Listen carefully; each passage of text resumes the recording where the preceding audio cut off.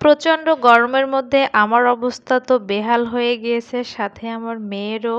তো এই গরমের মধ্যে কিন্তু প্রতিটা মানুষই খুবই অতিষ্ঠ হয়ে যাচ্ছে। গরম এত পরিমাণ পড়ছে যেটা বলার বাহিরে। তো আজকে হচ্ছে সাইফার মূলত চুল কাটতে যাব। দেখেন কত বড় হয়ে গেছে ওর চুলগুলো।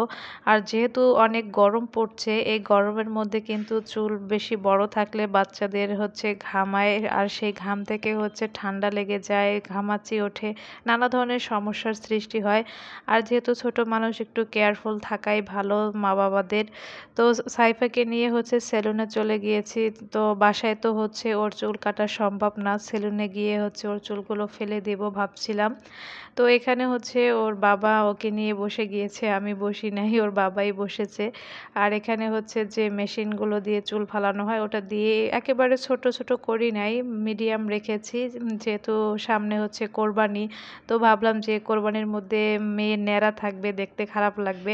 তো এর জন্যই হচ্ছে ছোট করে কেটে দিয়েছি, যাতে কোরবানি আসতে আসতে আবার বড় হয়ে যায়।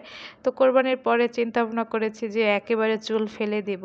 তো যেই বলা সেই কাজ, এখানে ওর বাবার কোলে বসে সে তো খুব এনজয় করছিল। আমি তো শুরুতে হচ্ছে ভয় পাচ্ছিলাম যে সেলুনে গিয়ে মেয়ে কান্না করে কিনা। তো আলহামদুলিল্লাহ সে একদমই কান্না করে নাই, সে একদম চুপচাপ তার বাবার কোলে শুয়ে আছে।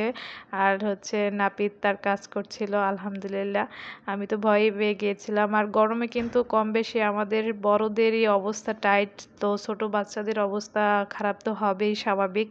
তো এত পরিমাণ লোডশেডিং হচ্ছে আর প্রচুর রোদ, তার মধ্যে হচ্ছে কোনো বাতাস নেই, বৃষ্টির তো কোনো কথাই নাই।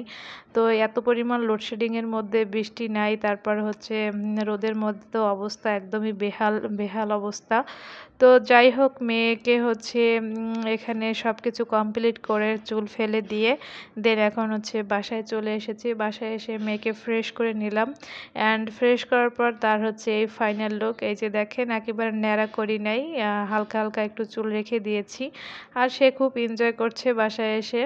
তো এরপর হচ্ছে বিকেলবেলা আমার বান্ধবী এসেছিল।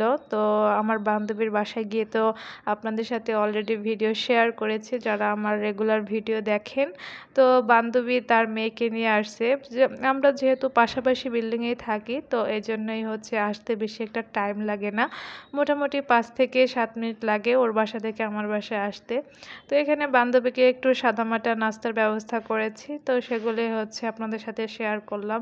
তো এখানে হচ্ছে বান্ধবীর মেয়ে অনেক দুষ্টামি করছিল, খুবই কিউট একটা মেয়ে, আমার কাছে খুবই ভালো লাগে। মাশাল্লাহ, মামুনির জন্য সবাই দোয়া করবেন। তো এখানে আমার মেয়েকে সাধছিল যে তুমি খাবে, আর আমার মেয়ে তো এক নজরে তাকিয়ে আছে তার বোনের দিকে। তো এই ছিল আজকের ভিডিও। কেমন লাগলো কমেন্ট করবেন।